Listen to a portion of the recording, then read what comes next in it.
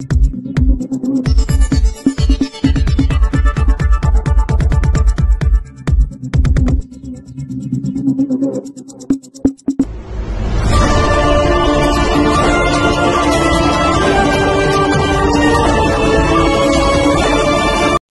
শোভাযাত্রা ও সমাবেশের মধ্য দিয়ে জাতীয় বিপ্লব ও সংহতি দিবস পালিত।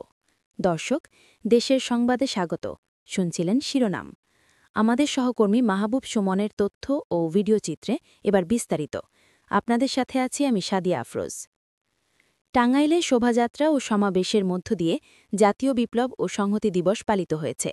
শুক্রবার ৬ নভেম্বর বেলা ১১টার দিকে জেলা বিএনপির উদ্যোগে শহীদ স্মৃতি পৌর উদ্যানে সমাবেশ অনুষ্ঠিত হয়। জেলা বিএনপির সভাপতি হাসানুজ্জামিল শাহিনের সভাপতিত্বে সমাবেশে বক্তব্য রাখেন বিএনপির vice chairman advocate Ahmed Azam Khan, বিএনপির প্রচার সম্পাদক সুলতান সালাউদ্দিন টুকু ও জেলা বিএনপির সাধারণ সম্পাদক অ্যাডভোকেট ফরহাদ ইকবাল। পরে একটি শোভাযাত্রা শহরের বিভিন্ন সড়ক প্রদক্ষিণ করেন।